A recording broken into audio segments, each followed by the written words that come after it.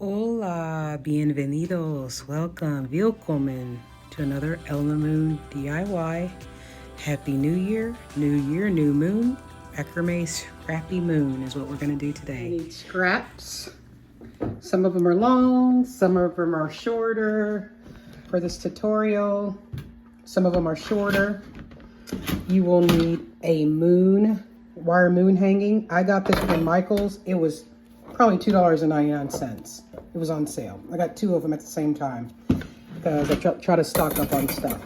So that's what you're going to need.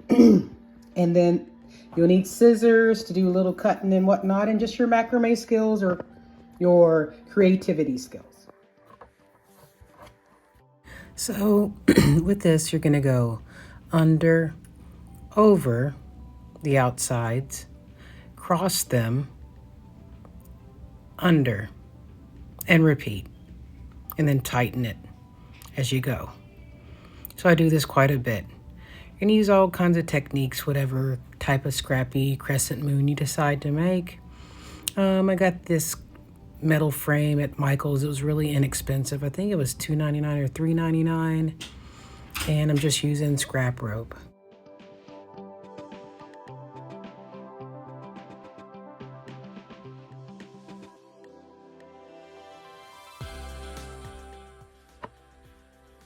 Reverse lark's head on 2 additional scrap pieces of rope.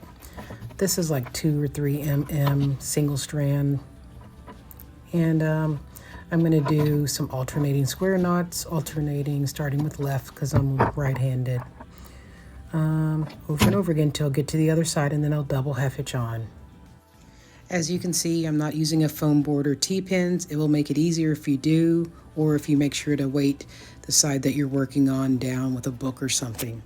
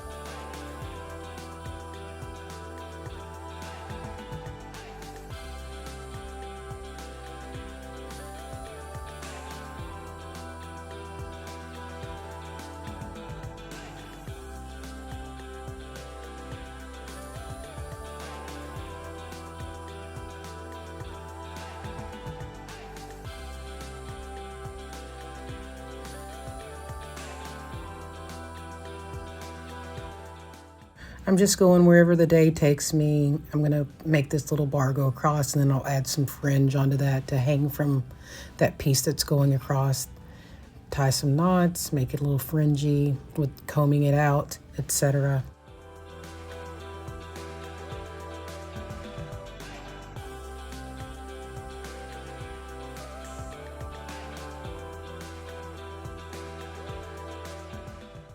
So I'm doing a spiral half hitch in a moment. So just take one of the cords and knot it over the other one over and over again till it starts twisting. You never switch which hand the one is in.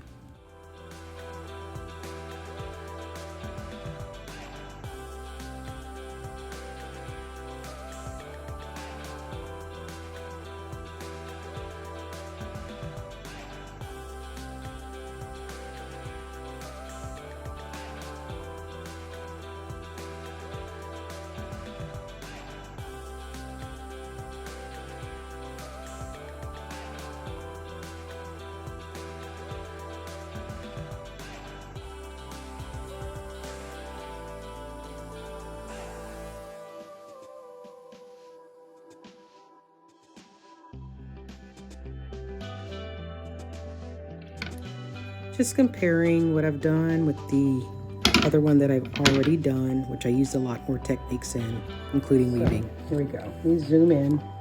It's really easy. It's just whenever you're braiding, just think about over, under, okay? So, get little moon person there. So I'm gonna take the first one, go over the second one, under the third one, and over the fourth one. pull all the way over and make sure everything's in its same spot. So 1 is now 4. Now we're going to take 2 over, under, and then it's got to go over number 1. And now it's going to become number 4, and that one's become number 3. So now we're on number 3 chord, over, under, over. So now, let me get a better view of this. My hands are very ashy. Put some lotion on them. So there's that. Now let's go again, over, under, over. Okay, and then pull tight so you can see the form. Over, under, over. You're just going to continue. You don't have to worry about the number of the chord anymore. That was just the initial setup. Over, under, over. All right. And so you would...